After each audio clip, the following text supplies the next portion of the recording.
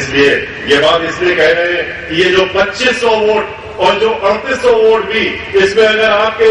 1000 vote भी ब्राह्मण समाज का उधर चला जाता है तो ये मानकर चलना चाहिए कि ये आप अपना नुकसान करने का काम करते हैं और फायदा किसको पहुंचाने का काम करते हैं, जो कि ब्राह्मण समाज का सबसे बड़ा दुश्मन, और ब्राह्मण समाज को अपना सबसे बड़ा दुश्मन, दलित समाज को अगर अब सबसे बड़ा दुश्मन मानता है तो वो पार्टी ब्राह्मण समाज को भी अपना सबसे बड़ा दुश्मन मानती है, और वो कोई और नहीं है, वो आपको अच्छी तरीके से मालूम है कि समाजवादी पार्टी की सरकार है। समाजवादी पार्टी ऐसी पार्टी है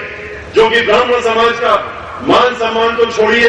वो अपमान करने का जब भी उनको मौका मिलता है तो सबसे पहले वो दलित समाज के साथ साथ में ब्राह्मण समाज के व्यक्ति को चुनते हैं और उसका अपमान और नुकसान करने का काम करते हैं। अभी से नहीं, पहले से ही, चाहे पड़ोस में कन्नौज का मामला ले लीजिए, जहां के नीरज मिश्रा को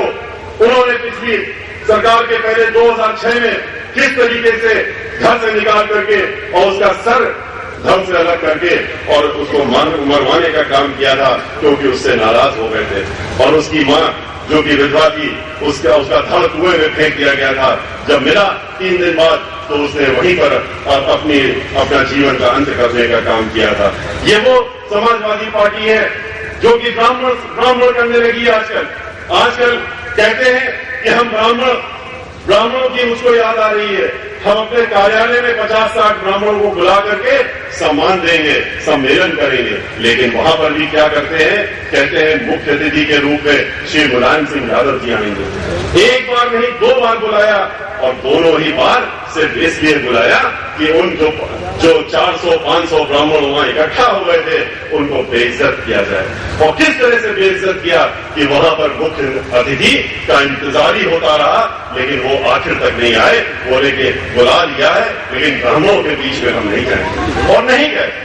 उन्होंने मान सम्मान तो छोड़ो, उन्होंने सीधे सीधे अपमान करने का काम किया। ये वो पार्टी है जिसने की